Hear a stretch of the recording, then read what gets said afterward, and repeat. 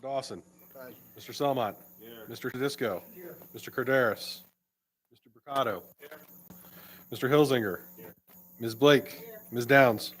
We have a quorum. Okay, thank you. Commission and public, please join me in the pledge allegiance. Pledge allegiance to the flag of the United States of America and to the republic for which it stands, one nation, under God, indivisible, with liberty and justice for all. Okay, first order of business tonight is a special permit application for 11125C LLC for requesting special permit 3-3 for addition to woodworking facility. Please. Sure.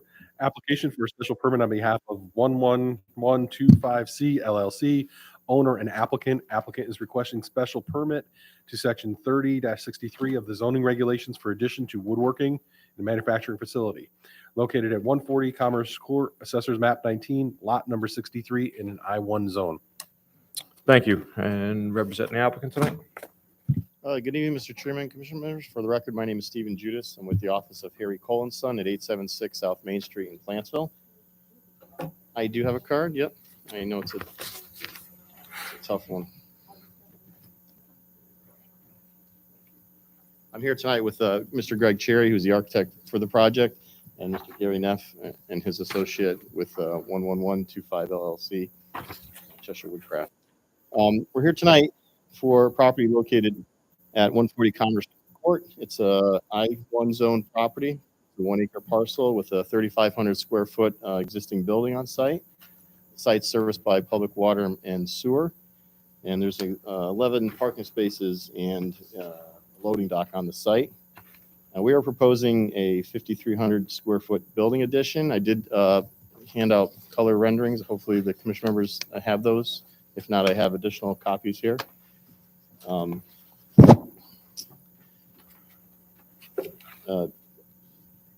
The applicant's hoping to expand this building with this building addition around the back and the side of the building. We have also a minor expansion of pavement and landscaping on the site. The storm drainage is handled by the existing roof leaders. We'll be tying into the existing drainage system on site, and we'll be using the existing utilities. We had proposed some additional landscaping around the front of the addition and just a parking area around the back for access to the rear side of the building. We did submit plans. I believe the town planner was happy with our application, and we didn't have any additional comments or revisions to the plans, but we do know there are some comments from the fire department with the application. Our site plan meets all the setback requirements, coverage requirements per your regulations, and there shouldn't be any issues from a bulk standard site setbacks or anything like that. Greg is here to talk a little bit about the architecture, and Mr. Gary Neff also would like to have just a few words with you about his operation and what he's proposing to do there. Okay.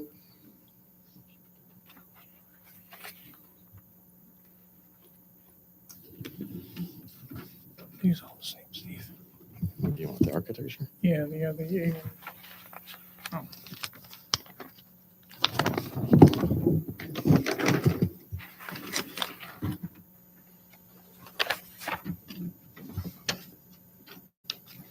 I got it. All right.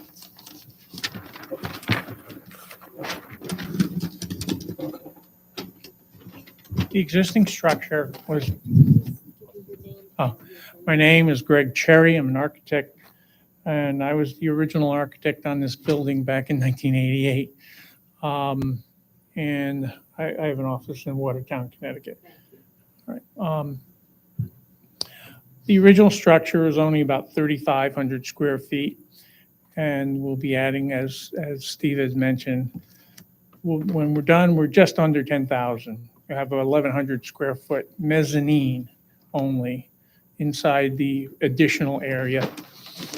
If you look at the architecturals that are part of the record, it's a small mezzanine for some administrative purposes, and underneath that, tool room and things like that for the manufacturing facility. The rest of it, all wide open, large L shape as seen on either the site plan or the floor plans.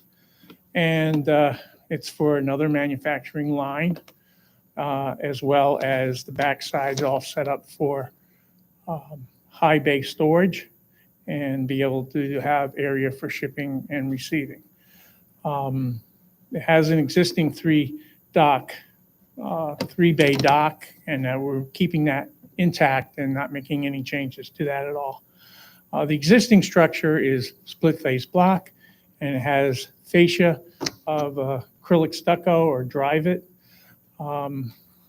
Like I said, it was put together in '88, so I believe we're trying to upgrade that a little bit in as much as we'd like to repaint the exterior of both the acrylic stucco as well as the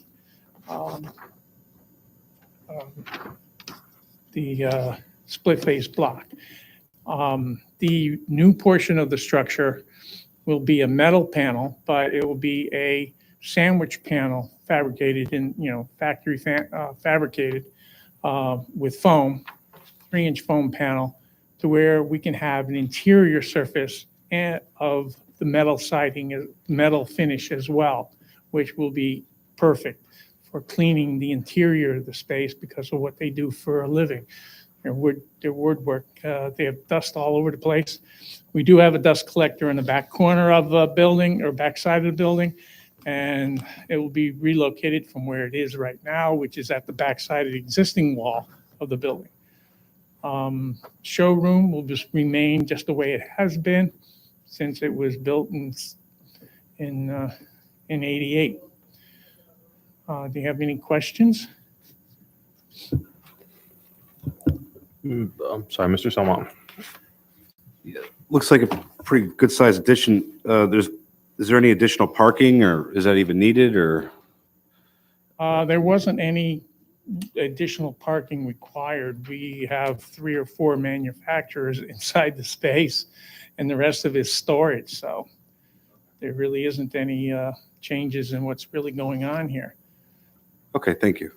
Says it requires 11 spaces, and they have that, so it's not an issue. Mr. Natale. So from the looks of the addition, you're putting outside and the back, not affecting the parking lot. Are you putting any lighting on the outside on the addition?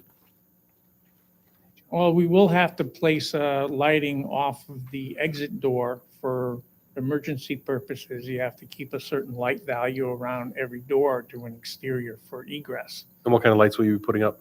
Oh, just a wall pack, downward facing wall pack. Okay. That's all. And no additional lighting needed? I wasn't looking at adding any. I hadn't talked with the owners about doing that as of yet, but I wouldn't think we would. Thank you. Any other commission members? Oh, guess we're all set. You said you had some more people that wanted to come up and speak, right? Oh, sure. Mr. Chairman, Mr. Neff just wanted to make a few comments. If you have any additional questions about the site, the lighting is all full cutoff, dark sky compliant, and very minimal for the addition. Yeah, good evening. I just wanted to say hello. My company owns, of course, Gary Neff, N-E-F-F. It's the corporation I'm under today is 11125C. And I own the building, but I'm also the occupant of the building, and our business is Cheshire Woodcraft. We bought a company with my colleague Paul Smedberg 5 years ago called McMillan Woodcraft. We moved it to the other side of town, set up a wood shop, expanded it, and now we're growing it further. We've added some additional lines. So this expansion is necessary to support the business that we've developed. So I just want to thank you for the opportunity. Okay, thank you. Mr. Chairman, that concludes our presentation unless you have any additional questions for us. Okay, commission members, anyone else? Questions? Anyone from the public wishing to ask questions on this? No? Okay. I'll be closing the public hearing. Thank you. Thank you very much for your time and consideration tonight. Number 2, application special permit, Liz DeCilio, Giuliano Builders for a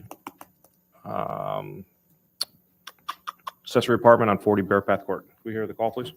Application for special permit on behalf of Liz, I'm sorry if I kill your name, Dicio, owner, Giuliano Builders LLC, agent. Application is for the construction of an accessory apartment pursuant to section 30-5 of the zoning regulations located at the property 40 Bear Path Court, Assessors Map 56, lot number 160 in the R20 zone.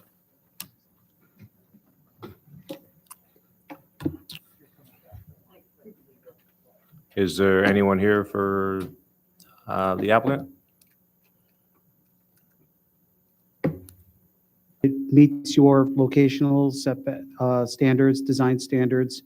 They have an affidavit. They are aware that it can only be family residing in the accessory apartment, and they provided an affidavit just like most recent applicants. A parent that's moving in. That's the end of the addition.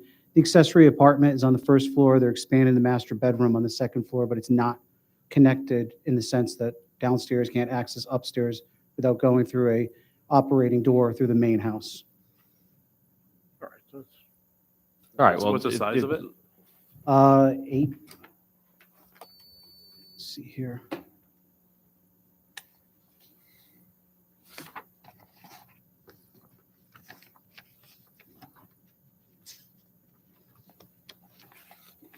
$875.5 square feet. So it meets all our It regulations. meets all our regulations. All right, I won't close it yet. We'll just skip over it. If someone shows up and wants to go over it, but then we'll That's take it up at the end of our public hearing. So let's move on to TriStar Development. Let's hear 1, 2, and 3, please. Application for a special permit on behalf of East Point LLC, applicant, TriStar Development LLC, Miller Napolitano Wolf LLC, owner. Applicant is requesting approval of an interchange special development project for multifamily residential located on Highland Avenue, adjacent to 1963 Highland Avenue. Assessors map number 3, lot number 51, and a small portion of map 4 on lot 6. It's in the interchange special development district.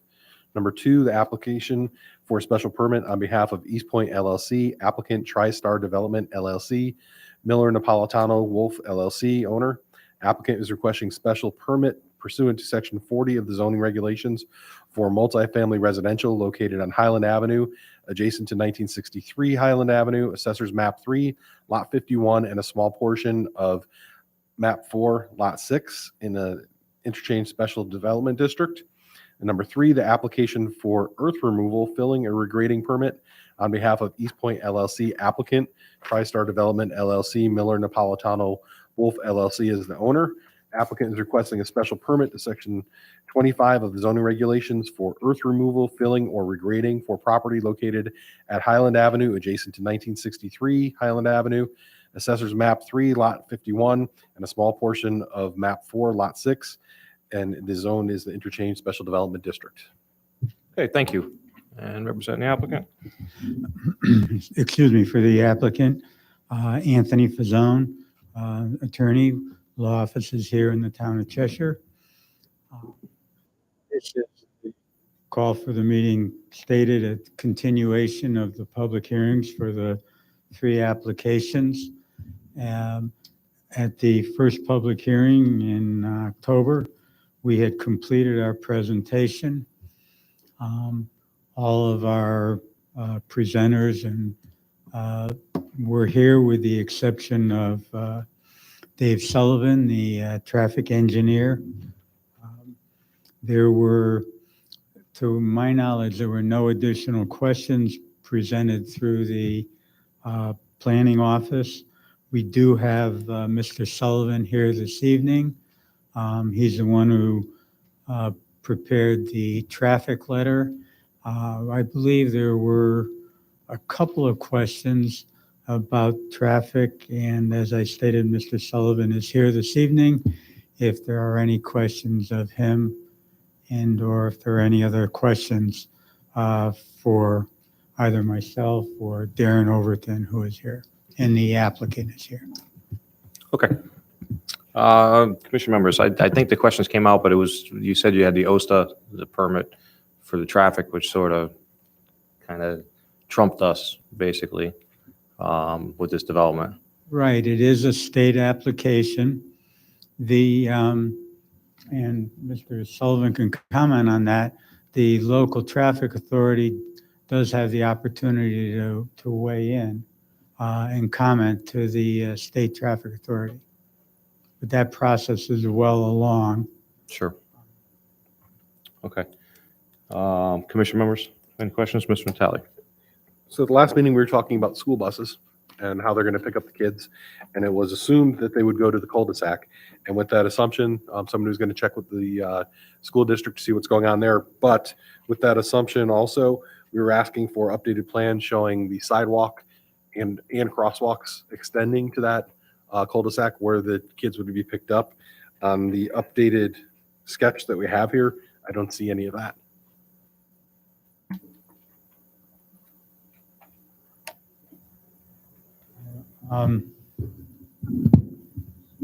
So I don't think the plans have been updated, but that could certainly be, we fully intend to, it's a requirement for the sidewalks.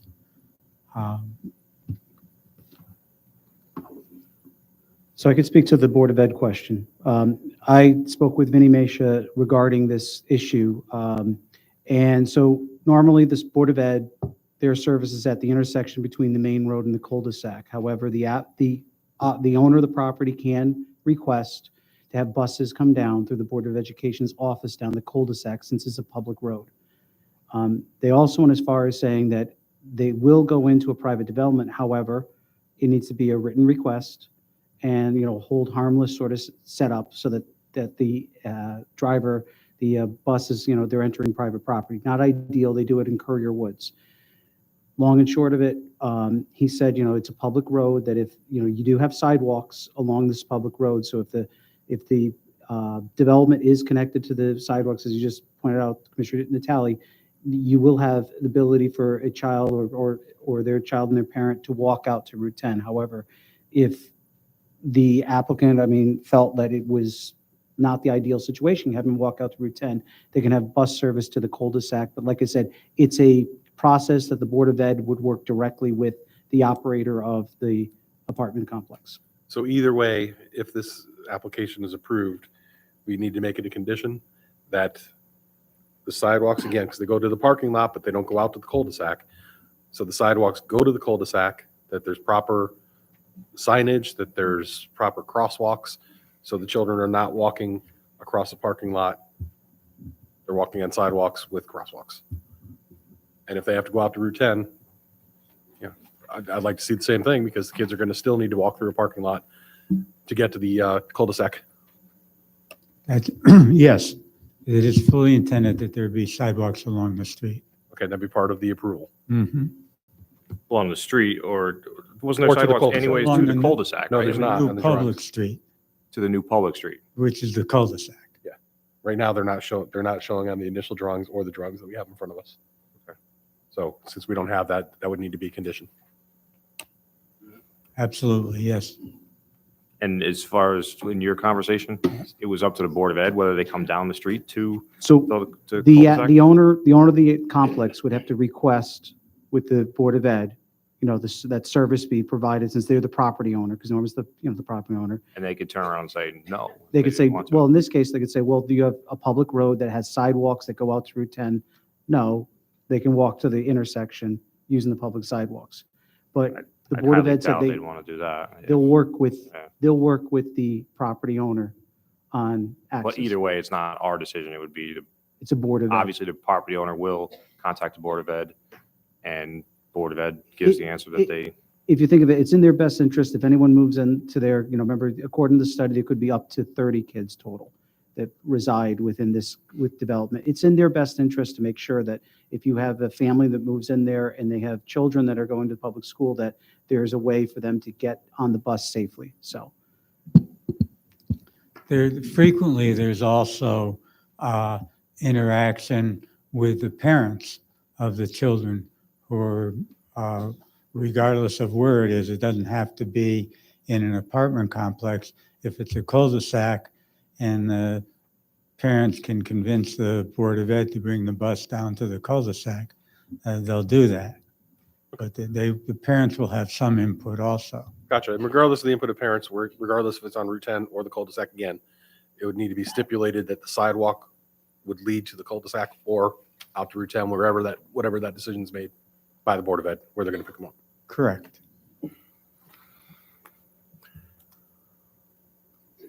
Did you have some to add? Yes, good evening for the record, Darren Overton from SLR Consulting, offices at 99 Realty Drive in Cheshire. So of the three scenarios that have been described, the reason why you don't see a sidewalk connection out to Route 10, it's my understanding that the current basis would be for the bus to pick up out at Route 10, for children to have to walk all the way down the cul-de-sac to Route 10. However, the town standard road does not have sidewalks that wrap around the cul-de-sac. They end at where the bulb starts, so it would be a deviation from the town standard to bring the sidewalks around to the development.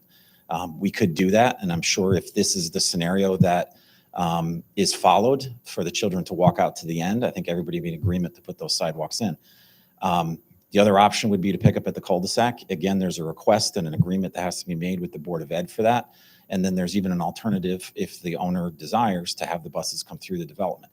If the buses come through the development, I believe there's adequate sidewalks within the development for the children to be picked up, depending on where the various stops are. I think the best scenario is the one in between, the second one, where children are picked up at the cul-de-sac.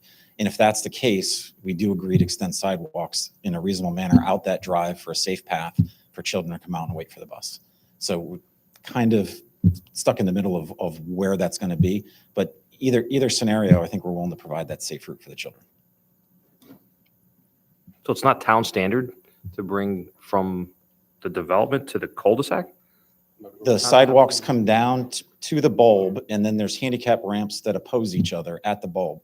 The sidewalks do not wrap around the bulb of the So cul-de-sac. even not to forget the children, but if you were an adult that wanted to walk to the end of the street, you're going to walk across the grass to get to the You cul-de-sac? would walk down to the bulb and then walk across the face of the bulb to the sidewalk on the other side and loop back. But again, this is a special permit, special development district. It's not your typical cul-de-sac because this is in a mixed-use development. So I think that, again, my expectation would be that you put that sidewalk around there for the navigation through there. You're absolutely right. This is a different situation. It is a town standard road that plans to be turned over to be maintained by the town, so we're kind of caught in the middle. But again, like I said, the applicant is willing to provide the safe route for the children, whatever path that is for the school buses to pick them up. Okay, so Michael, are we good with that? Yeah, maybe just to clarify, which side of the cul-de-sac makes sense, the northern or the southern side? Just so we're very specific. That's a really good question because you have kids on the northern side, you have kids on the southern side. So As long as you have, I think if you have sidewalks as exiting the development, right now, on the plans that are presented to us, there's not a sidewalk leading to the north side of the cul-de-sac or the south side of the cul-de-sac. I just want to be clear, so then, when this is constructed, that, the commission understands the sidewalk extension is either, like I said, north or south, so that there's no miscommunication. I would say south.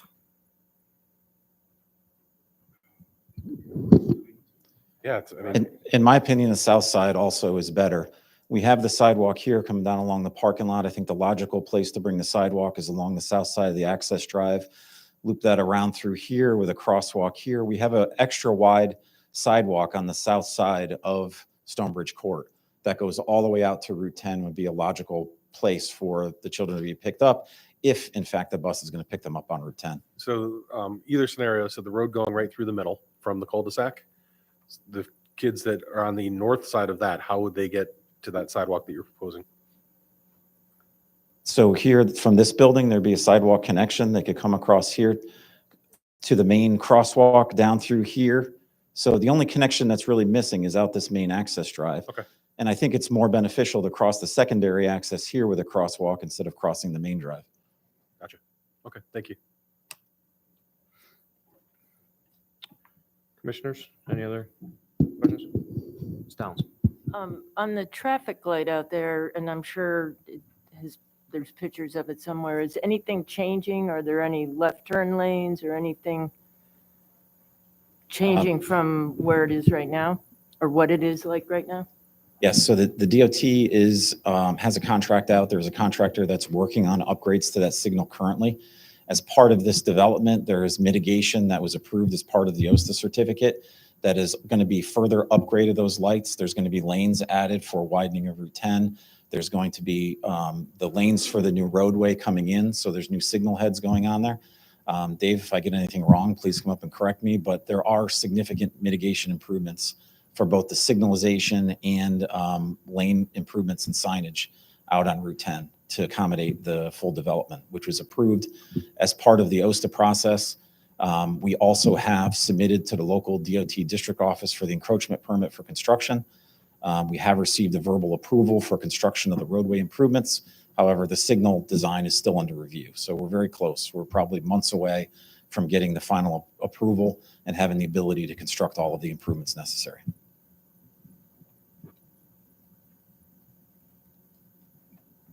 Any other commission members? Mr. Tedesco. This is in a different subject, but Mr. Fazone, I'm looking at Mr. Poland's report. I'm on page 45 of it. And I'm just trying to understand this a little bit. There's a sentence that says combined the total gross income of the 300 households is approximately $21 million, or an average household income of $70,800. So is that saying that the average income of persons who are able to afford these apartments will be about $70,000 a year? I realize these aren't legal requirements and they don't affect the decision on this, but I'm just curious as to what this means. For the record, my name is Bill Finger, principal with East Point LLC. Mr. Poland is not here tonight, so I'll try to answer that question. Thank you. When he does his analysis, he just takes an average. So again, we might have, a family in a 3-bedroom apartment. We might have a single person in a studio. So he's just taking the average for his purposes of calculation, and that's what that's the number that he comes up with. An average income then of the renters across the 300 apartments of about $70,000 per year, Correct.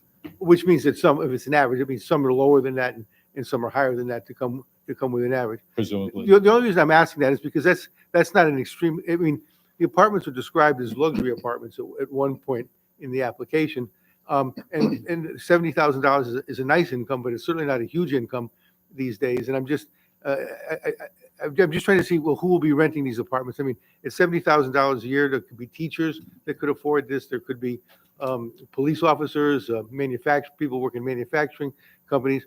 I'm just trying to get a sense of who will be served by the apartments.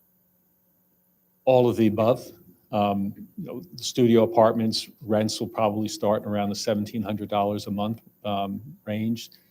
To the large 3 bedrooms could be $3,000, and anywhere in between for the 1 bedrooms, 1 bedroom den, 2 bedrooms. So it'll be array.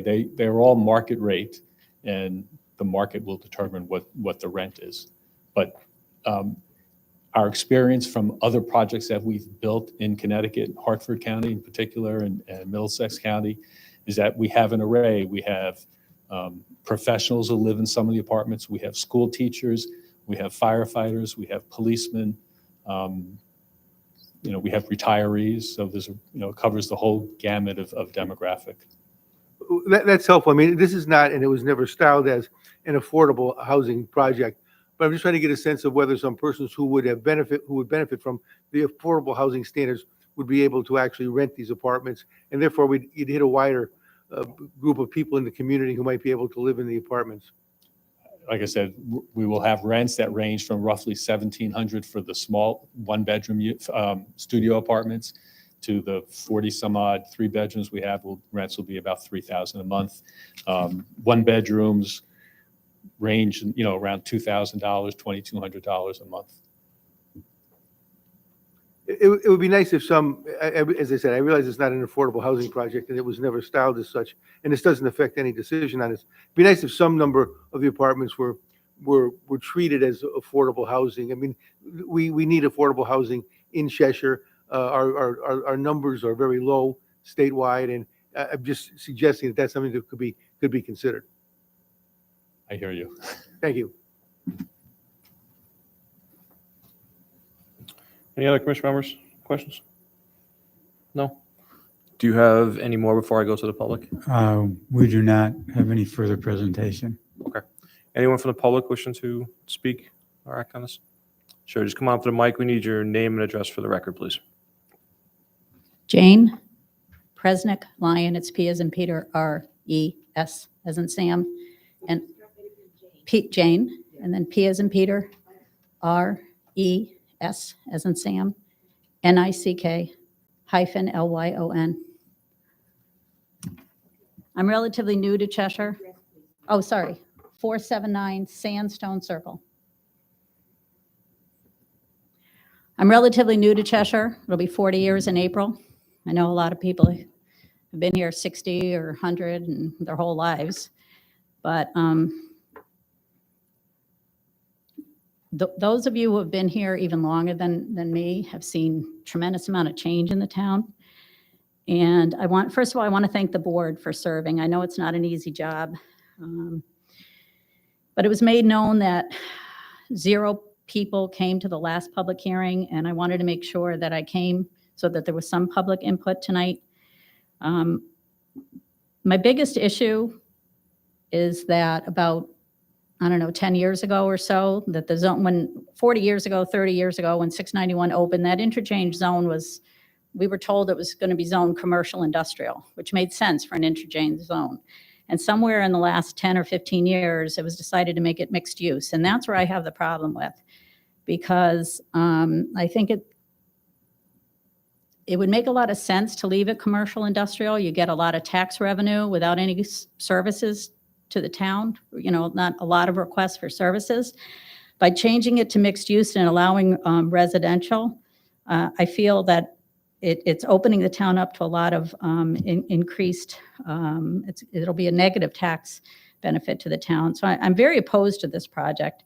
Adding what's going to end up being a total of 440 units, 140 condos, plus the 300 apartment buildings. And I love the way they call them units now. They used to be homes when I moved here.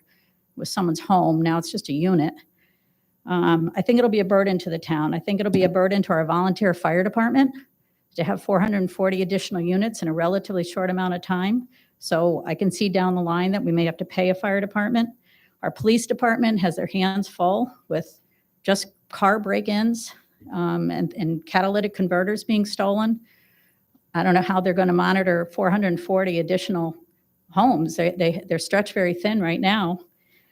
Granted, we have 2 new schools coming, but buildings are not the only expense with each additional student. It's a yearly cost, maybe requiring more teachers, supplies, whatever. And I do think the traffic is going to be a problem. When I first moved here in the days of newspapers, they would put ads for homes for sale in Cheshire. And it would say desirable South End, and it kind of always cracked me up because they said the South End is like all developed. It's got strip malls and everything. My husband and I chose to live in the North End because it was beautiful, apple orchards and wide open spaces and stuff. And I feel like this development is changing the North End into just a replica of the South End. And I think if we wanted to live in a town that had apartment buildings, we would have chosen Southington or Hamden or somewhere else. But we chose Cheshire because of the wide open spaces. And really, without getting too melodramatic, the bucolic nature of the town. It was beautiful with the apple orchards and everything, just absolutely beautiful. So I feel that the whole project, everything is a detriment to the town. But I think really it comes down to when that decision was made to open it up to mixed use. And I know that horse has left the barn, but I just felt compelled to come tonight and at least have one person from the public come out and say that I'm opposed to it. I don't think it's in the best interest of the town. I don't know if any of you are fans of the TV show Yellowstone, but the 5th season started last night and I was watching it. It was very prophetic. And I did put a clip on the Cheshire Community Forum. I encourage you all to look at that 1 minute, 13-second clip. But in it, I'll just read what he says. Like the fictional character, Governor John Dutton in Yellowstone, said last night, and it takes place in Montana for those of you who don't know, what will Montana look like in 100 years? You elected me to be a steward of this state, of its land and its people, and that's exactly what I'll be. This is his inaugural speech. Protecting you now is how Montana still looks like Montana, 100 years from now, when none of us are here, we'll be here to see what it looks like. So I implore that going forward, all of you consider yourselves stewards of the land and try to protect the beautiful town that we have. I don't, you know, there's a reason why certain towns in our state are revered is probably too big of a word, but Litchfield is considered, wow, you know, Litchfield and some other towns. And I just think that they worked really hard at protecting the overdevelopment of their towns.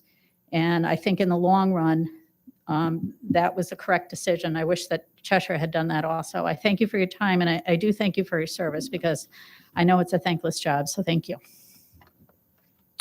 Thank you. Anyone else from the public wishing to speak?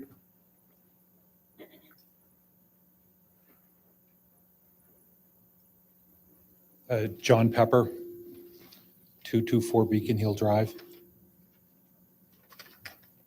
And to echo what Jane said, thank you for the board for your service. I know it's a volunteer job. And I'd echo very much what she said. I know the horse is out of the barn, and I probably should have come here many meetings ago, but I much would like to keep the character of the town as it is, and residential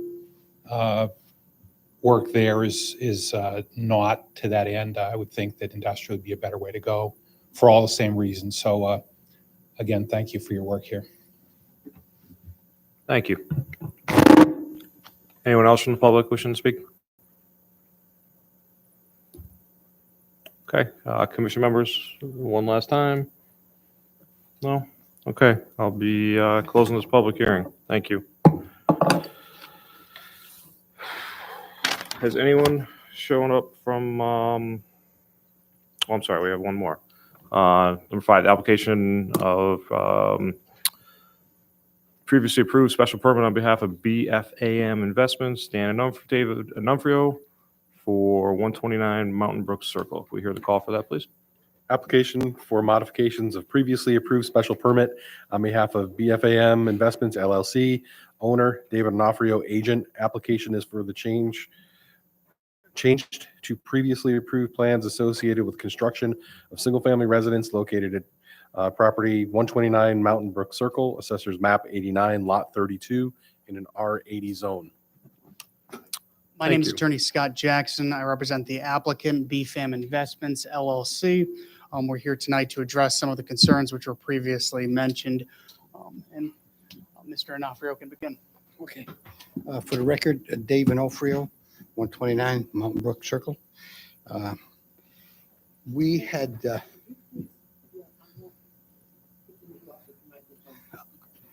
Dave Onufrio, 129 Mountain Brook Circle. Okay. Previously, about a week and a half ago, we met with members of the town, the engineer. Is that on the ground? Do we have a tripod? I just don't want to see interrupting the Maryland there with the, do we have anything that you could put down, grab a chair or something? There's no reason to invade her space there. Perfect. Thank you. So we met with the members of the town about a week and a half ago, and we went over certain items that they would like to have us complete and remedy. So one of the items was the stone that was put down adjacent to the driveway on one side. The stone, they wanted, this fire marshal wanted a smaller stone and compacted, and he wanted it level with the driveway, with the blacktop. So I have photos, I'll show you in a little bit, but we did that. We took the stone that was there out, we put the new stone in, and our engineer, Dave Naif, is here. He'll go over that afterwards, and it meets the capability of the weight that the fire marshal was asking for. I think it was HD 20 or something, but our engineer will go over that. So we did that. Also, there was a cable box that was partially inside this stoneway, and it was protruding up a little bit. And so they asked us to have that box removed, and one that would have a flat top and would be flush with the surface. We also did that. Then we we put an apron, a blacktop apron at the end of the driveway, where the driveway from the house meets the blacktop circle. We put an apron there.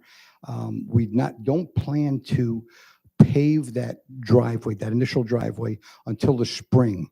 So the board, or the town asked us if we would put up a bond for the pavement, which we have receipts or estimates, which we submitted to the town, and have a bond waiting for that.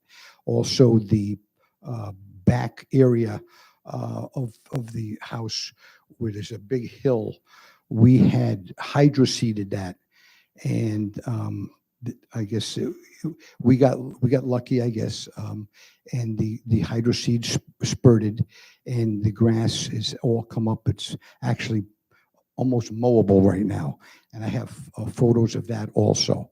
So we have that. But if the town decides that they want us to put up a bond, they had mentioned about putting a bond up, we'll certainly do that if that makes the difference. So I'd like to turn this over to our engineer, David Nafis, and then I can show you some photos of exactly what we've accomplished. I just have one question for you. Sure. I'm up here. Oh, it's on here. Okay. I was up there. When's the last time you did this work that you're talking about? I'm sorry, when was the last time I what? I was at this site. Yes. When did all this you're talking about now take place? Well, A month ago, a week ago? I would say within the last week and a half. I know you were up there on Yeah, I on was up Monday. there with the town planner. I Yeah, asked him if he would go up with me. Yes, and since you were up there, there wasn't much growth of the grass on that back hill.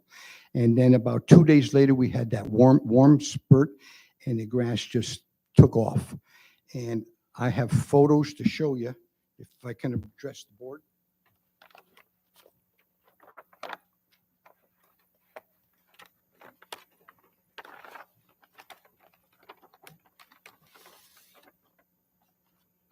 These are, you're putting in as exhibits? The photos? Okay, so we're gonna have to take in these Yep. for. I would say, Dave, could why don't you, you start could you hand me the here, and photographs? then I'll they'll bring get them them up. passed around.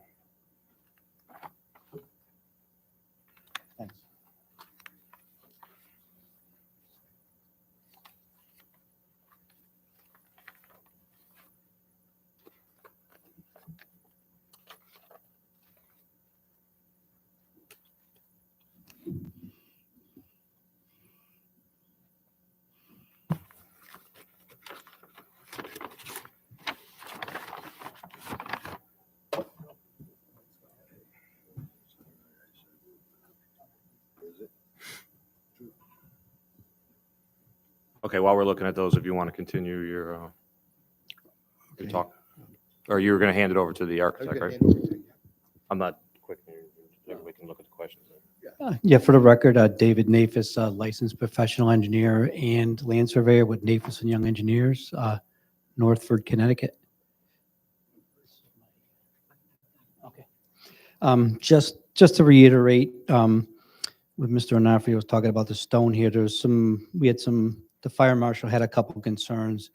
And what we've done here, because it was originally eroding out, so what we've done is we put a bigger stone in as a base, a 3-4 inch stone that won't wash away with the rainfall coming down the hill. And in order to make it smooth, we've like I call it top dressing with smaller stone. And what we've done is we've infilled and compacted this to create a smooth surface. So if a fire truck needed to drive over it, they shouldn't be much different than actually driving on the pavement right now. And the stones that we put in were designed so they can easily withstand the axial loading from the largest fire truck that they have. The other thing was the darker area here along the other side of the driveway was an area that was supposed to have the same sort of, it was supposed to also have the stone, but I think that's why we're here tonight. It was to get approval to widen the driveway from 15 with 2 6-foot clear zones to 1 6-foot clear zone and a 21-foot wide paved driveway. And this site also will have curbing on it, so to eliminate erosion along the edge of the driveway at that point. And, you know, I think we've addressed pretty much everything. We had a good meeting with the town staff a couple weeks ago, and we've gone over everything and pretty much addressed everything that I know of. I haven't heard any other comments come back since then. So everything that you just said is done. Yes, Inspected by the fire marshal. he asked Fire us, marshal had a couple things in here he didn't like. I don't know if you guys saw Well, the that's fire what I'm- marshal. That's what I'm trying Maybe, to, maybe I can clarify the record for this. So the initial correspondence provided with Mr. Napes did not have the certification the fire marshal looking for, which was that the modified shoulder can support a 65,000-pound vehicle. They have since provided that. I just want to just say one thing, though. When we met, we discussed that no work is to proceed until this commission approved the work. So the applicant has done work without approval by this commission. Again, I just want that on the record. Also, in your packet, you asked staff to provide a analysis of all the deviations from the approved plan in 2016. You have a color-coded map. Mr. Nafis hit the two of the areas that are of concern. One was the elimination of the gravel, 6-foot gravel shoulder, which they widened with pavement, which, as you see from the comments from the fire marshal, they are okay, provided that the shoulder can support the weight, which they've now provided that certification. Two, you had 3 other areas that were modified from your previously approved plan. One was the driveway coming off the access bowl. The plans, as approved by this commission back in 2016, said that this was a paved driveway that would not exceed 10% in grade. Now, the grade had to be altered to meet the 10%, which at 10%, it really should be paved. That's an issue that we will handle through the certificate of occupancy process. Just like there was modifications done towards the slope behind the house. As you can see in my staff report, you see the pictures provided by Mr. Onofrio. The grading is different from what was shown originally. That's the red area in the map that I've provided you. The last was the modifications that were done to the drainage swale, which is in green. As you can see, that line kind of is a straight line. If you look at the as-built, we're now, the as-built, which is the map dated, as-built date of October 31st, 2022. It's in your packet. Instead of seeing a straight line, it kind of snakes the way down the hill. So that was the 4 deviations from the approved plan. So that's what they're looking for permission, basically, to legalize the work that's out there. Because all this work was done without, and as I said at the first public hearing, these were substantial changes that staff did not feel it was within our authority to approve such changes. It really needed a modification of the special permit, hence why the applicant's here tonight. And I don't know if you have any other questions. I mean, Yeah, and the grade as is today, what is it, do you know? behind the house, Yes. it exceeds 3 to 1. So technically, under the 2002 ENS manual, or sorry, under the state ENS manual, not only would it be hydroseeded, but they'd recommend ENS blanket. The pictures in my staff report were probably about a week before the warm weather, but still, as you can see, there's rocks. The rocks were not raked out, so the slope was sprayed with hydroseed. You could see the seed was sitting on top that was during a cold weather pattern. Usually to grow grass, it needs 7 days of germination with its soil temperatures above 60 degrees. That's something that we would also handle through the certificate of occupancy process, but I wanted the commission to be aware of this just to show you everything that occurred out there. So in your view, that still doesn't meet the grading requirements, correct? It's steep behind that house. It's a very steep slope going up that hill. And, you know, Commissioner Dawson visited the site with us. He could also attest to that. It's usually 3-to-1 is the max that you can have a slope that you can really mow. This is one of those slopes where it's going to be tough to maintain because, you know, you've exceeded 3-to-1. And like I said, the ENS manual really points to when you're getting steep slopes like this, you have multiple belts and suspenders in order to stabilize it. Because what you can't see in the pictures, there were some areas that were gully erosion that's occurring throughout the slope. Because, you know, it's steep, it's tough on maintaining it. You know, if this was hydroseeded maybe in or earlier in September or in the spring, you would have said a little more substantial growth and it could have actually held. Because usually in order to consider area exposed to earth to be considered fully stable, you know, the rule of thumb would be is you cut the grass twice. Because at that point you have a coverage of plant where you know that you won't have an erosion sediment control issue. So just to be on the record, you know, we will be talking to them saying about how we're going to handle it through an ENS perspective, but in no way do we agree that it's stable. And this is myself and the town engineer is giving that opinion.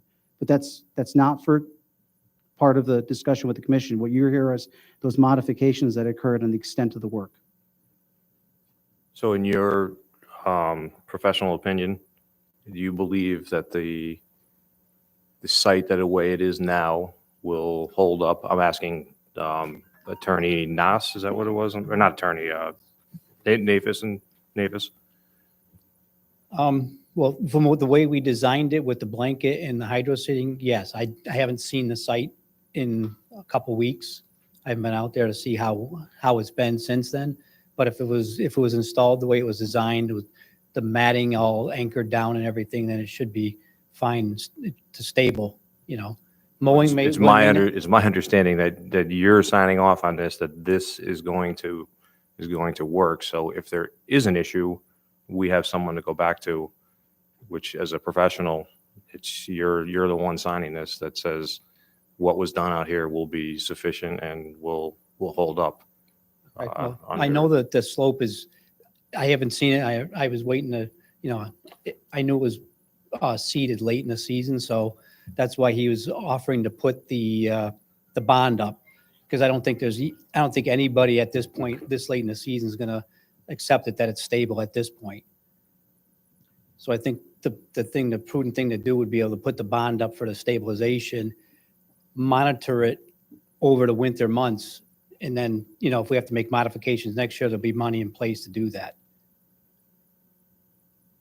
So following up on that, again, you're saying that as a professional, you can't tell us right now that it's stable, that you're going to rely on a bond in case it's not. Yeah, because like I said, because the grass was put in late in the season. So as the professional engineer for this project, you cannot tell us that this is stable. No, not at this point, no. What happens being unstable? I mean, are we going to affect neighbors, the road? What happens if it all flushes down in the thaw in the spring? I mean, the last time I was out there, it was before the hydro seeding was done, and it was after a pretty good rainstorm, and the back of the house and everything was bone dry. I walked back there. It was not like there was any puddles or anything back there. So Wasn't there issues with the neighbor getting flooded out? that was during that huge storm we had a year and a half ago with the tropical storm, where we had it was in excess of I think 6 inches in an hour. But we've had storms before and never had that problem. Is this going to resolve that if we have another storm like that? Well, if you have a storm like that at this point, I don't know what else. I don't know. All bets would be off at this point. I don't know what else you could do. I mean, you get a hurricane. When this originally came to us, it was told a 0 increase of runoff. It was approved and all set. There was changes made to the original approval to build this house, which led to issues that we all have seen. So what we're asking you, in your professional opinion, is the way that it sits now going to work?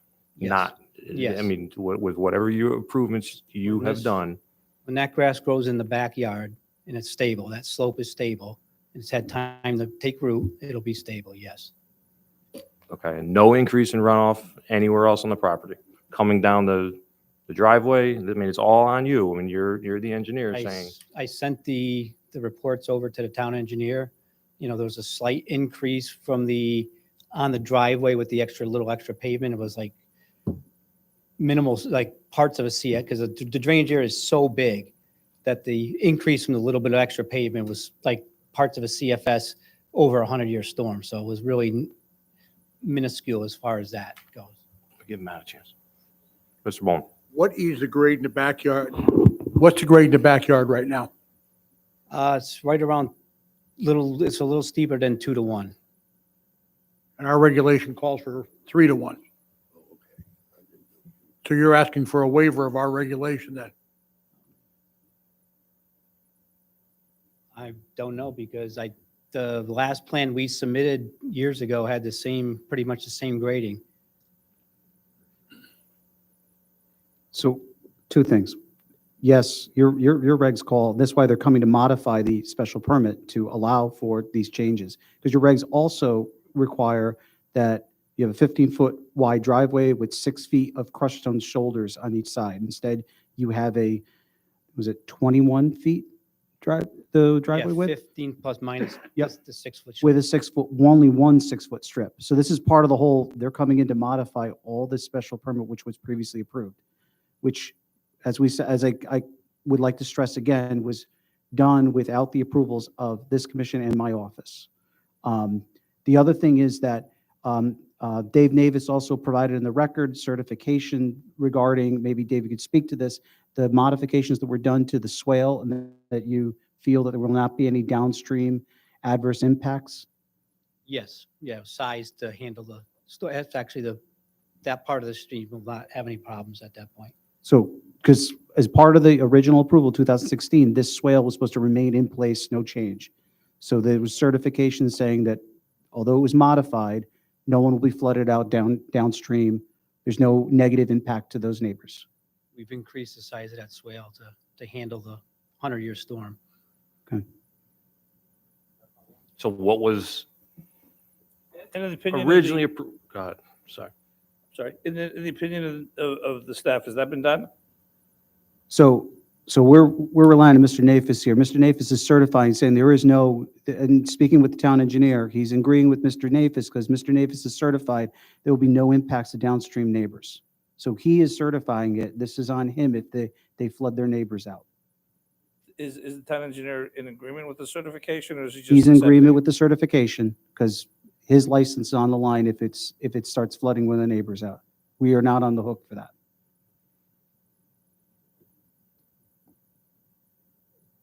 Mr. Natale. I got to get a clarification. So I just asked you a couple minutes ago, if as a professional engineer, you can tell us right now that the hill is stable. You said no. The chairman just asked you a very similar question, and you said yes. Which is it? I'm saying the hill is not stable because the grass hasn't been put in long enough. So once the grass has actually had a growing season that go in, it'll be stable. You're assuming that it's going to be stable. Yes. Can I ask a question to the applicant? Sure. Okay. So I wasn't here for the last hearing. I was in business in Chicago, but I watched it live on YouTube, read the minutes, watched the meeting again. And I have to ask you, and I want to get this on the record, why are we here tonight? Why are we having these public hearings? That's for the applicant. Well, I'm not sure exactly. I think we had some modifications that we had done, and we're trying to work with the town and work with the neighbors and work with everybody to make a better place and make this work for all the neighbors and everybody that's involved. So we're here because the original approval was not followed and you made modifications, correct? Yes, in a way, if I could elaborate on that a little bit. Please. Okay, for instance, the original approval called for 15 foot of pavement and 6 foot of stone on each side of the driveway. We did that. We took out the curbing that was there. We ripped out the blacktop. We put stone on both sides of the driveway. And on the left side of the driveway, we kept having washouts. Every time it rained, we would have to send a crew down, and the cul-de-sac would be full of grit and dirt and everything, and we'd have to clean it after every single rain.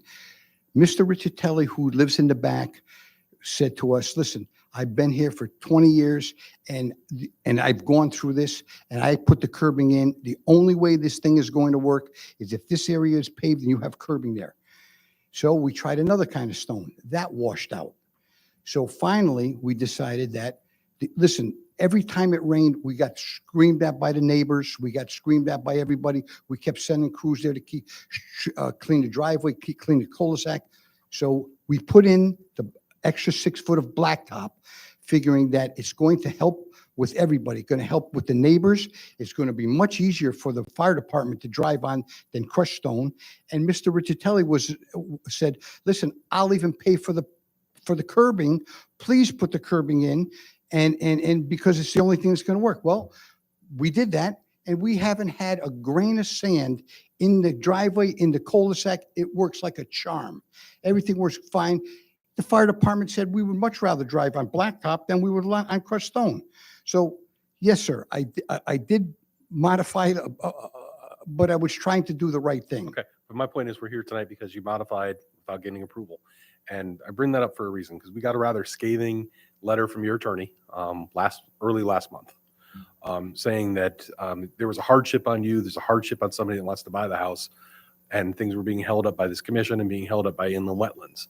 We wouldn't be here if you had followed what was originally approved. I want to get that on the record, because that letter from that attorney is insulting. You didn't follow the rules. You didn't follow what was approved. That's why we're here. We are not holding this up. If you had done what was originally supposed to be done, we wouldn't be here right now. I'm sorry. I apologize to the town. I apologize to the board. I just trying to do the right thing for everybody. And I'm sorry it worked out. And I didn't mean for it to be, any scathing letter and to offend, the town or the board. I was just trying to do the right thing. And so we're here for the second time. And from what we just heard from the town planner, you made more modifications that weren't approved yet. So he said that no work was supposed to be done until you received either an approval or denial from this commission, yet the work has proceeded. Well, no. I met with the town, the engineer about a week and a half ago. And first of all, we should go back. Mr. Nafrio, I'm going to interrupt you. Yes. We met, myself, the town engineer, the town attorney, the assistant town planner. Yes. We agreed, you provided the additional certifications, correct? Yes. Which we needed 2 rounds of in order to satisfy the fire marshal was there too. We needed 2 rounds of certifications in order to satisfy everyone's comments, correct? Correct. Now, when we were at the meeting, I explicitly said to you that no work is to incur out here until this commission approves the work. So you did not have authority from our office. We were explicit in the meeting. No, I don't believe that is true. Okay. What the fire marshal told me was that we had to change the We're stone. going to agree to disagree. Thank you. We were direct with you. We said no work until this commission approves the plans. That was a directive from all of us at the table. Hence why we wanted the revised plans to address our comments. So I would like, before that statement continues, I'd like that corrected, because that is not an accurate representation of our meeting.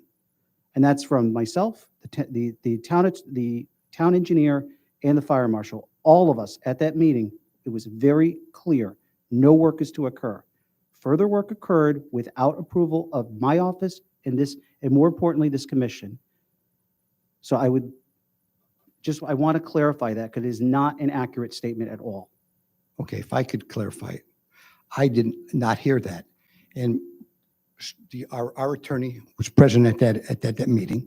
And what I was told was there were certain items that needed to be addressed and that I had to do them and get them completed within the time frame of this particular meeting. And we rushed like heck to do this, to get this done. We took tons and tons of stone out. We put the stone that the fire marshal wanted in there and the town engineer wanted in there. We changed the box for the cable TV. We compacted. We worked almost round the clock to try to get that done, specifically so that we could tell the board that we've completed what they've asked us to do. That's my thinking on it. And I have another question for you too. And not to get off, run off on a tangent, but I have a little bug I would like to discuss.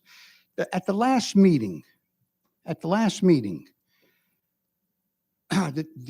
town planner was trying to convince the board that I put a house up with the elevation of 9 feet off. I was 9 foot off on my elevation. Well, come to find out, I wasn't 9 foot off on my elevation. And typically the way I build is that I have an engineer come out and stake out the house. He stakes out the house and he stakes out the elevations. Our excavator goes in, he digs.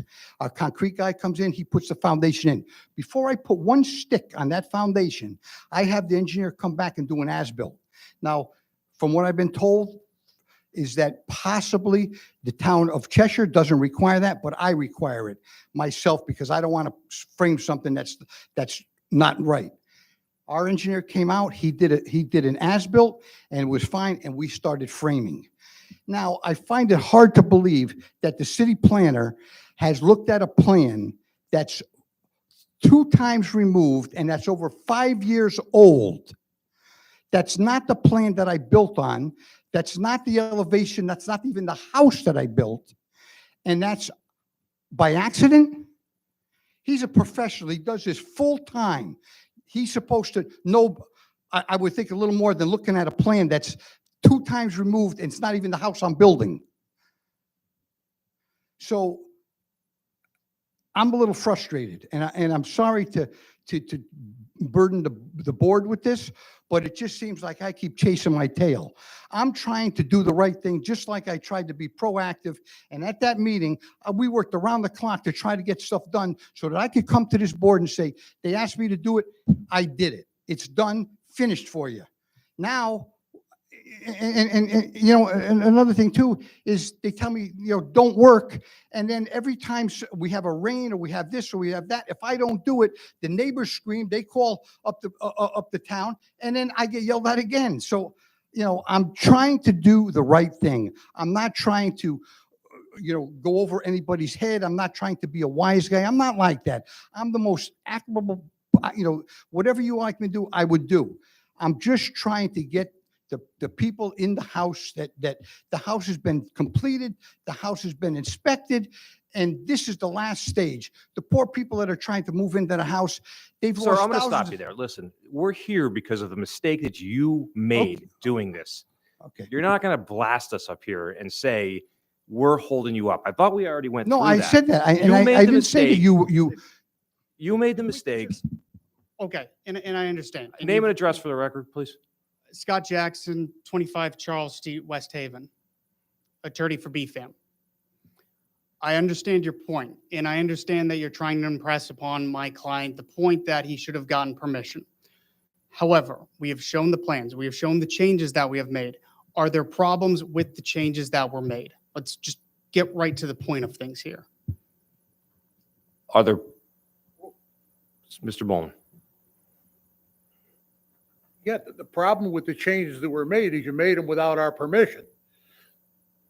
And not following It our says regulation. Right now proposed, this is why I keep running back and forth. I decided to keep it here. I am a builder. The one thing I could do is read these things, okay? So your proposed first floor here is 341. What is it here? Because I think you had the basement floor here, don't you? On your as-built. How did you do your as-built? That's the first floor. That is the first floor. So you're 10, so the town planner is right in that you're 10 feet different from what was approved. He's wrong. I don't, you know what? Maybe I can't. If you go back and look, there was another plan that was done after. There was a big, The original, I know what you're talking about, because there was a big plan that had I believe it was like a 5,000 square foot house. Yep. And it was way up on the hill. And what happened is Mr. Onofrio went in and said, I got to make a smaller house. And so we shrunk it down and we moved the house down the hill. Okay. And I submitted the approved plan, the last plan as part of the package that all went in, and it clearly shows it. If the plans went to, with that elevation, and that house went to the gas company, it went back to Chespercott Health, and they've all it got approved through all of those. And it went in and it was submitted to Mr. Volker at that time, who was the planner at that time. I'm glad you mentioned the gas line because that's why I keep running back and forth. The rest of it, sooner or later, we can work out.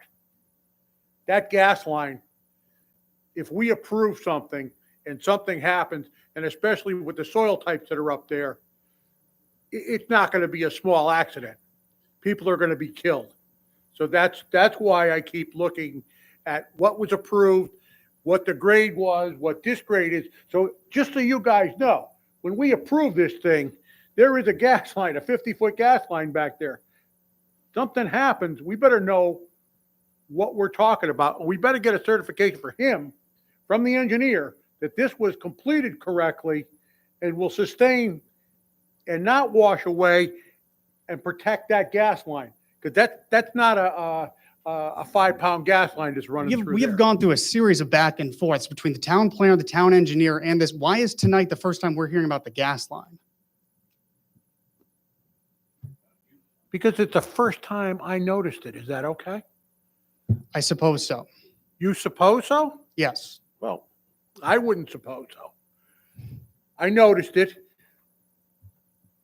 We have the right and the ability to try to protect the public here.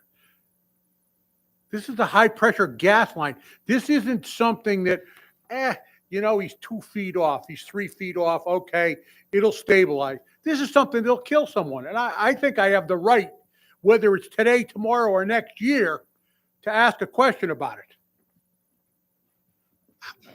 If I can say, you're 100% right, and we would not ever do anything like that. We've had the gas company, we had to go through all approvals with the gas company, and it's all been done. It's been approved. They signed off on it. It's been completed. So, we're not trying to get into a back and forth here. Basically, everything that we've done, that house that they were originally looking at was a house that was 5,000 square feet. It was moved back on the lot. The reason why the elevation was different because the foundation of that particular house was actually acting as a retaining wall. It was 9 foot higher. We shrunk the house down to a 3,000 square foot house. We moved the house forward. We've got the approvals for that. And that's what we built. We built according to what is there now. Did you get the approvals from that? Who did you get the approvals for? From the town, from zoning signed off on it, the inland wetlands signed off on it, the building department signed off on it, and that's where we got our permit, and that's what we built with.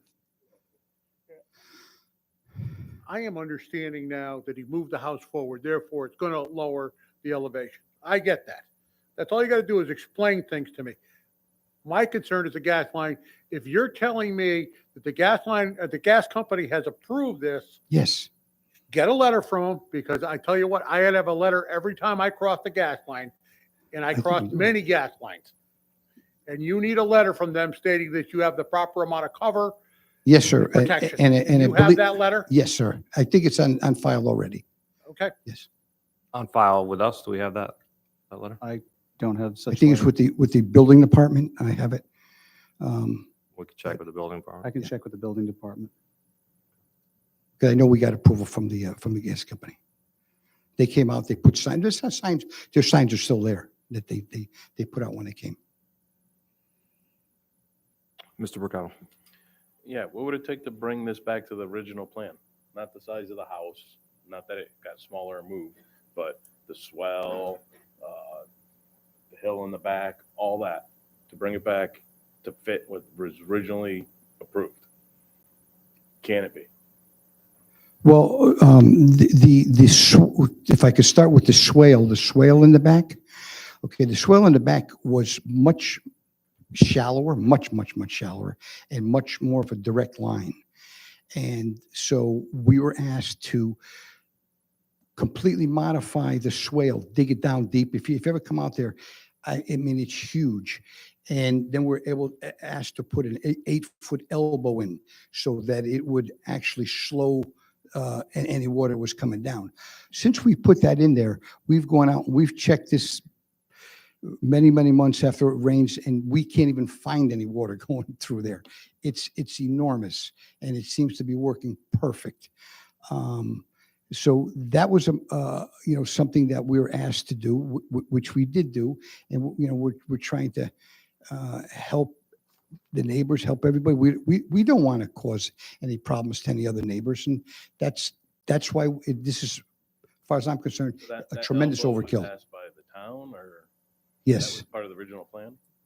No, the original plan said that the swale is to remain in place. So the swale was modified. And, there was the approval granted by the Inland Wetlands Commission because it's an intermittent water course. At least that's how it was considered. So he had corrective actions with them dealing with that the elbow was kind of their corrective plan, which was approved by wetlands. He did that work so that at least that was stabilized and, he didn't have a drainage issue related to that. So I kind of will say that one he had a permit to do, but that was through inland wetlands, but really should have had an approval from this commission too. And we met with him in June when we were first talking about this coming back to this commission, and we didn't get an application till late September. So I mean, there was a window of time that passed. It should have, in a perfect world, as soon as he got his wetlands permit, came here and requested everything at once. Thank you. Mr. Bowman. Wetlands does have the ability to require stabilization. So that stabilization has been done. Mr. Chairman, at this point, I'm satisfied with everything here, other than I would like to keep the public hearing open. So Don't make me holler at you. You know I don't like being interrupted. I'm sorry. I would like the letter that he has from the gas company to be presented at a public hearing. I think that should be required. And that was a letter after whatever these changes were this go around, not the original plans, based on what we have now. Yeah, absolutely. Based on what we have now. I just don't know the time. He said it was in there before, and I don't know if that was based off of old plans. But he's or- never given us anything. Well, I could just maybe clarify that a little bit.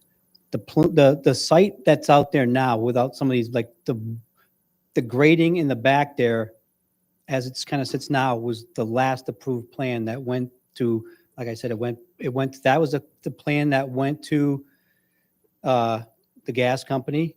And it also went back to Chesapeake because we are going from we shrunk the number of bedrooms down, so we did a modification to shrink the septic system down also. So if you look at the plan, the original plan with that huge house, it had like a really large septic system. It's been reduced from 3 rows down to 2 rows. And so the plan is pretty close as far as the grading of the back slope and where the house sits to the last approved plan that went to the gas company, Chesapeake, and I remember submitting it to Mr. Give me Volker the at the date time. of the last approved plan, if you could. I think I sent you a copy of it, PDF'd it to I PDF'd it to everybody, but I can certainly get it. I don't have it in the top of my head. No, that's okay, but the last plan of the last plan of the last plan. I just want a date so that we know on whatever date you stabilize the backyard, that the gas company has approved the modifications that you've made. It shouldn't be anything difficult to get. I'm not asking for the world, but that's, everything else. All right, you've done it. You've done a magnificent job, but there's always a but, okay? And the but is you should have come to us first, and you frustrated the heck out of everyone here, and then you try to make it look like we're the bad guys. We're just trying to do our job. So please, at least as far, I don't know how the rest of the commissioners feel, but I think the letter from the gas company is crucial. Besides the letter from the gas company, what other outstanding issues are there from tonight so that we know to be able to come back with everything?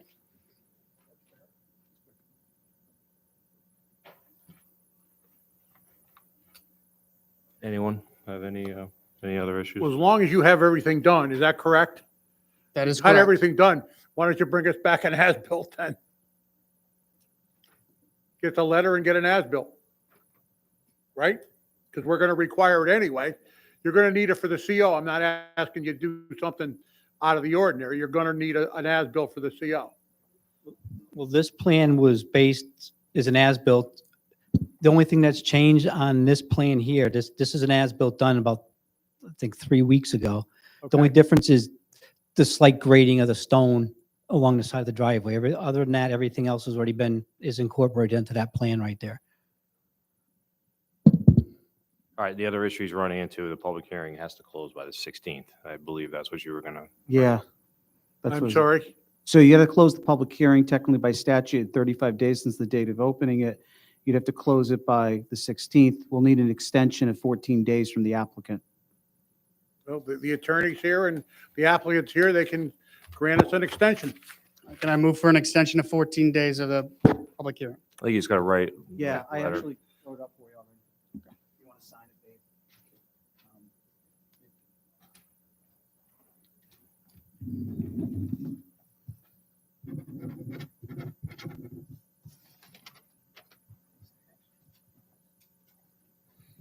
While we have you here, I just wanted to bring up one more thing that kind of irritated me a little bit, and I think it did a few people in town. I just want to get it out there. Do you agree that we're here because the applicant did something wrong on the property? I think that's a little bit of a vague question, and I think you're trying to entrap us with that question. But So I you think know that's what? an I'm inappropriate actually, question I'm from you. actually, I'm I asking think that's a very you. inappropriate question, quite frankly. I'm asking you because of an inappropriate thing that was done in the letter that was written by you. I took major offense to it, and I just wanted you maybe to apologize, or maybe you feel some other way. We have no idea who's moving in this house. We have no idea who he has talked to about it. But you brought race into this commission and that letter, and I thought that was rather disgusting. And I just wanted Do you to have a- get my point. Okay, I understand your point, quite frankly. Yeah. And I think we should move on from this topic because I think there's a number of things that I can discuss as well, which I think we should just stick to the facts and stick to the modifications and changes which have been made.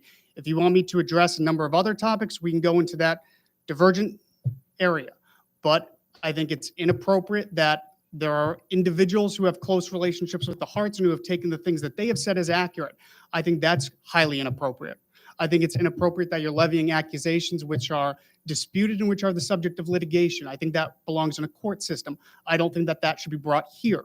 So no, I don't think that we should get into those topics right now. I think we should focus on how to get this job done and just keep it to the facts. I'm 100% with you, and I brought nothing Apparently in here. not. So apparently not. So let's stop it right now and let's get this thing resolved. I'm with you on that. Totally with you on that. But your client is the one who made the mistake, and that's why we're here. That's all I was trying to say. And I also I understand that that's take your a lot opinion. of affection. I understand that. Okay. As long as I got it on the record that I said what I wanted to say. So that's it. So we have assigned, we have 14 more days for the next public hearing. We're going to get a letter from the public hearing. That's all we need because there's nothing else that's up here. The only thing I do have to do, is there anyone from the public that was wishing to speak on this application? I know, right? Along with that letter, we have to make sure what plan went to the gas company and to Chesapeake. Because if it's the old one and they said, okay, the original one, this is different. We have to, somehow it needs to be verified what plan it is with the date, and we look at it to see what it is.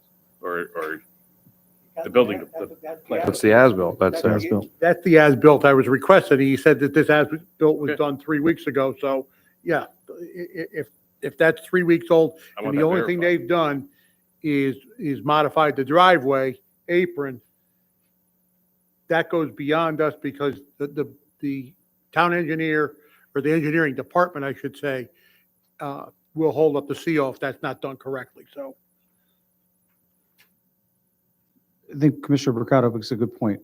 No, Make I sure, want to verify. yeah, make sure it's that, Your department. it's the as-built that was provided to the commission dated Halloween That of needs this to be in year. the letter, which as-built, what the date is. Yep. And I want your department to look through it and make sure that is the correct. Agreed. So you want an updated as-built and you want a letter from the gas company. Any other items? Commission members, any other items? Nope, that's it. Okay. Thanks, we'll leave this public hearing open. Did anyone show up from the in-law apartment? Yeah, I'm asking, it's the in-law apartment. No? I could go check up.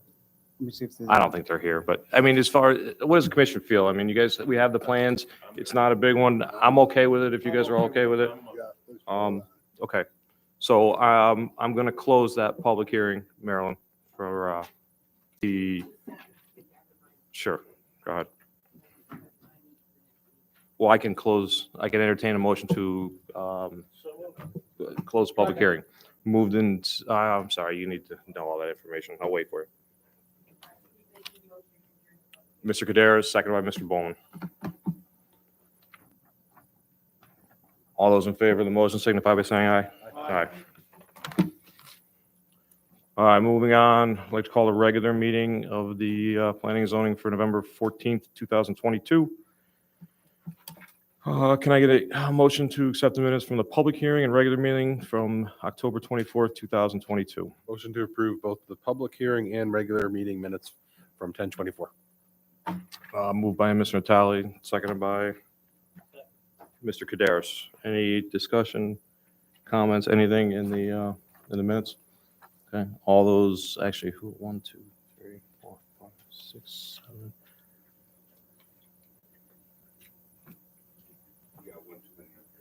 Okay, so, Mr. Hills Zinger, you're all right with voting on this? Or you weren't here last meeting?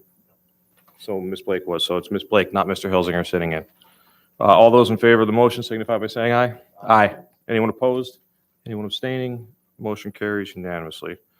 Under communications, everyone saw that quarterly newsletter from Federation of Planning and Zoning? Okay. Do we have a motion for the accessory apartment? Yes, Mr. Chairman. Motion to approve application for special permit on behalf of Liz Dicio, sorry if I ruined the name, owner, Giuliano Builders LLC, agent, application of construction of accessory apartment pursuant to section 30-5 of the zoning regulations located at the property 40 Bear Path Court, assessors map 56, lot 160, R20 zone. Approval is per plans provided to the applicant titled 40 Bear Path Court, floor plans / details prepared by Design Max Custom Home Design with revision date of November 8th, 2022. And further, the Cheshire Planning and Zoning Commission find the applicant has demonstrated compliance with the standards set forth in Cheshire zoning regulations 30-5. Move Mr. Dawson, seconded by Mr. Picado. Discussion on this motion? That was pretty easy. All those in favor of the motion signify by saying aye. Aye. Anyone opposed? Anyone abstaining? Motion carries unanimous. Number 2, for the woodworking, do we have a motion for that? Yes, Mr. Chairman. And one thing, Mr. Chairman, there was a site plan application that was associated with this. Really, technically, they just needed the special permit, but they also applied for a site plan. So it's not on your agenda. It should be added to the agenda to add a application of site plan on behalf of 1125 LLC, owner applicant requesting site plan approval of additional woodworking manufacturing facility pursuant to section 30-60 of the zoning regulations located at 140 Commerce Court, assessors map 19, lot number 63, zone I1. Okay, so Mr. Picado is out of this one. Both you guys are in. Okay, so Casey was here. Casey's in for this one. So you just have to add that to your agenda, the site plan too, but I can read the special permit if you want that motion first. Sure. Motion to approve application for special permit on behalf of 11125C LLC, owner applicant Applicants requesting special permit pursuant to Section 30-63 of the zoning regulations for addition to woodworking manufacturing facility located at 140 Commerce Court, Assessors Map 19, Lot 63, I-1 Zone. Approval is per plans provided by applicant titled Proposed Building Addition 140 Commerce Court, prepared by Cole Engineering Surveying Planning with a revision date of September 21st, 2022. And further, the Cheshire Planning and Zoning Commissions find the applicant has demonstrated compliance to the standards set forth in Cheshire Zoning Regulations, Section 40. Move Mr. Dawson, second by Mr. Natale. Discussion on this motion. Looks like I'm glad that Cheshire business is doing well, and looks, yeah. With that, all those in favor signify by saying aye. Aye. Anyone opposed? Anyone abstaining? Motion carries unanimously. Did you have everyone that was voting? Ms. Milne? We had all three alternates on that one because Mr. Kaderis was out and Mr. Bricado was out, and Sean's not here, so all three. All right, application special permit for East Point. We have a motion for that too. Just to get back to the Mr. Chairman, I'll be recusing myself. Mr. Bowman's out, which means we need all three again of the alternates. Oh, yeah, and Mr. Hilsinger, so we still need. Mr. Chairman, just to back up, Owen, we have the site Oh, plan. the site plan. So yes, modify. Yeah, so believe it's that. a motion to approve application for site plan on behalf of 11125C LLC, owner applicant. Applicants requesting site plan approval to add addition woodworking manufacturing facility pursuant to Section 30-63 of the zoning regulations located at 140 Commerce Court, Assessors Map 19, Lot 63, I-1 Zone. Approvals per plans provided by applicant titled Proposed Building Addition 140 Commerce Court, prepared by Cole Engineering Surveying Planning with a revision date of September 21st, 2022. Further, the Cheshire Planning and Zoning Commission finds that the applicant has demonstrated compliance as set forth through the Cheshire zoning regulations. Site plan approvals subject to the following conditions. 1, fire department approved emergency lockbox will be installed and or maintained. 2, the site access sufficient has been reviewed for addition to woodwork shop in which the entire building will be equipped with NFPA 13 fire sprinkler. And lastly, number 3, the location of the fire department connection will need final approval for the chief and or his designee. Moved by Mr. All those in favor signify by saying aye. Aye. Anyone abstaining? Motion carries unanimously. You can leave now, Mr. Bowman. All right, so now we'll go back to motions for East Point.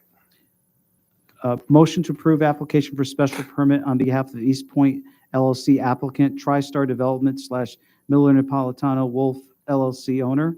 Applicants requesting approval interchange special development project for multifamily residential located at Highland Avenue adjacent to 1963 Highland Avenue, Assessors Map 3, Lot 51, and a small portion of Map 4, Lot 6, Zone ICSDD. Approval is per plans provided by applicant titled East Point at Stonebridge Crossing Multifamily Residential Development, prepared by SLR with a revision date of September 19th, 2022. And further, the Cheshire Planning and Zoning Commission find the applicant has demonstrated compliance with the standards set forth in Cheshire zoning regulations. Move Mr. Natale, second by Mr. Dawson. Yes, Ms. Downs is up. It's all of us up here because I think it's just 8 of us, but 1, 6, 7. No, it'll be 9 with all of us. So Mr. Hilsinger and Mr. Bowman. or not. Recusing.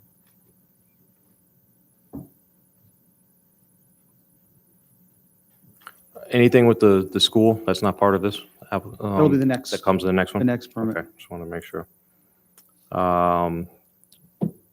Any comments on this motion? You said, I'm sorry, we're discussing about the sidewalks for the school, will be the next one? Yeah, I got some conditions on the special permit. Mr. Bricado. Yeah, I just want to say, Cheshire's, I see it as a little bedroom community. Having more residents here is not a bad thing. There are other apartments in Cheshire. I think this is a nice little area for it. It's not too bad. There'll be some stores that'll be up there to add. I think it's a good thing. I have no issue with this. I'd like to piggyback on what Mr. Caro said. I totally agree with him. Any other comments? Mr. Well, yeah, I mean, this piece of property has been the subject of a lot of different things over the years. Some of us sat through hours and hours on WS Development. It was the shops at Cheshire, then the outlets at Cheshire, and then nothing in Cheshire. It's really evolved. It's probably more residential than we would have liked at the beginning, but we could all see that coming at this point, and feeling the landowner has a right to develop their property, we've agreed with it. I'm sure it'll be a nice project. It would have been nice if we had tried to insist.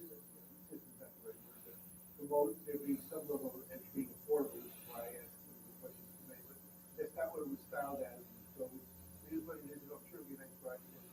I'm gonna vote for it. Mr. Natale.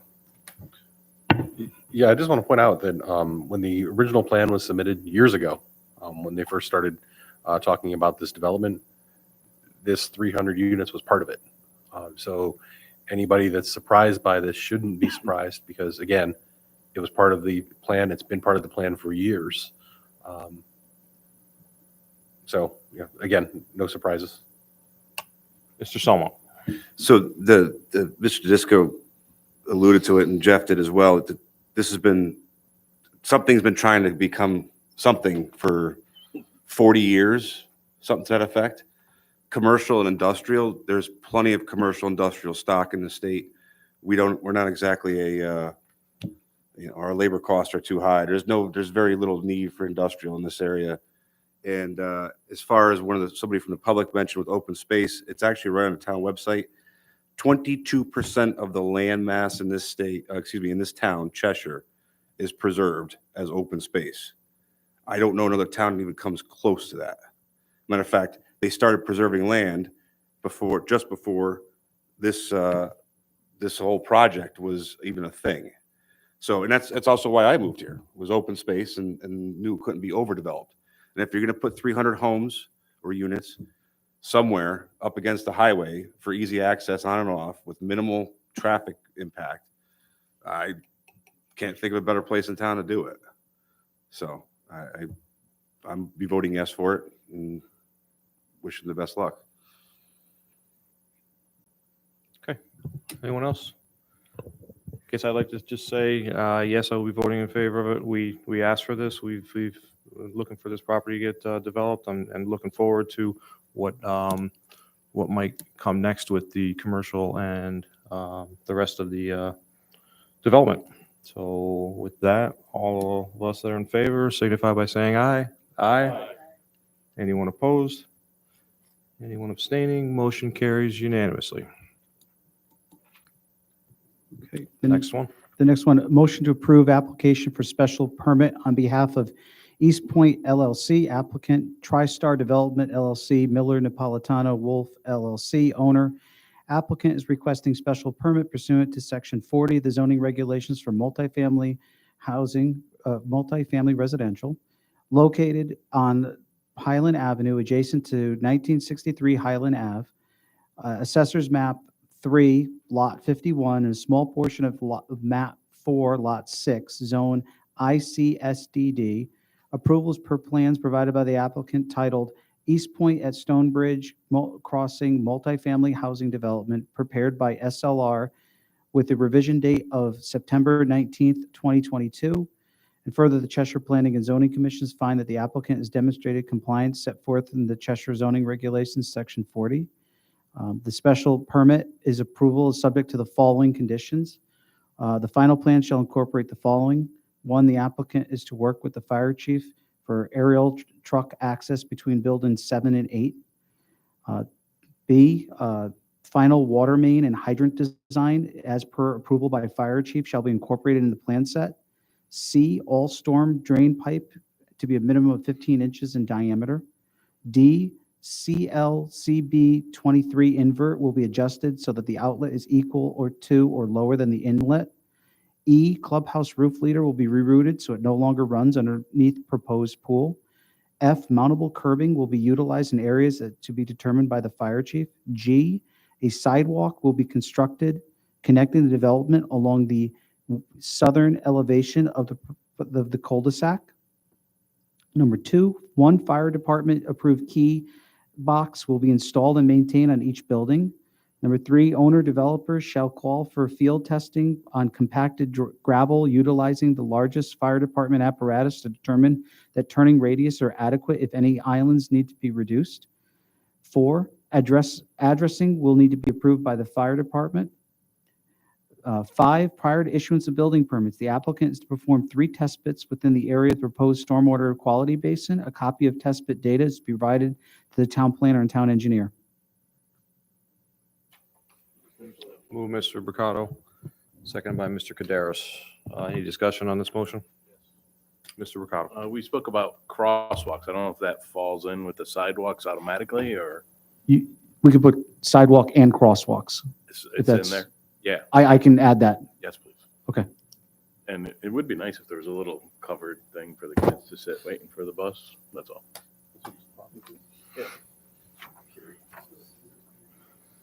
Any other discussion? Okay, all those in favor of the motion signify by saying aye. Aye. Anyone opposed? Anyone abstaining? Motion carries unanimously. And the last one? Motion to approve application for earth removal, filling, and regrading permit on behalf of East Point LLC applicant, TriStar Development LLC / Miller Nepalations for earth removal, filling, or regrading for the property located at Highland Avenue, adjacent to 1963 Highland Ave. Assessors map 3, lot 51, and a small portion of map 4, lot 6, zone ICSDD. Approval is per plans provided by the applicant entitled East Point at Stonebridge Crossing Multifamily Residential Development, prepared by SLR with a revision date of September 19th, 2022. Further, the Cheshire Planning and Zoning Commission find the applicant has demonstrated compliance as set forth in section 25 and 40 of the Cheshire zoning regulations. And further, the commission approves a waiver to section 25.3.2 subsection 3 of the zoning regulations as part of the approval for the special permit associated with earth removal, filling, and regrading activities associated with the construction of the multifamily residential development. Move Mr. Bricato, seconded by Mr. Kaderis. Any discussion on this motion? Pretty obvious they need to open up 5 acres for, to do the work. So all those in favor of the motion signify by saying aye. Aye. Anyone opposed? Anyone abstaining? Motion carries unanimously. Thank you. Good luck to you. Number 6 was withdrawn. Number 7, we're held open. New business. First one is more Stone Ridge. They're coming in for a lot. They're coming in for a re-subdivision. They have to do a modification to the limits of the open space. We'll explain it in 2 weeks. Okay. It's And then small. It's a small addition to additional open space. And they'll explain to you why. It's, small addition to the open space? yeah, they're Oh. expanding the open space. Okay. Pheasant Run. Yeah, so it falls under, it falls under state statute where it's a modification of area for open space, therefore it's an automatic re-subdivision. If it could be handled by a lot line adjustment, it could have, but because it's open space, statute requires a re-subdivision application. The other is a subdivision. They failed to file their Mylar in a timely manner pursuant to state statute, so they're coming back to revalidate the subdivision. And then we got Jack's Farm Housing. The last is zone change and special permit for Jack's Farm Housing. That's the housing authority. They changed the regs for the affordable housing regs to accommodate this development. They've received their federal funding. They are proceeding with the application. It'll be before you.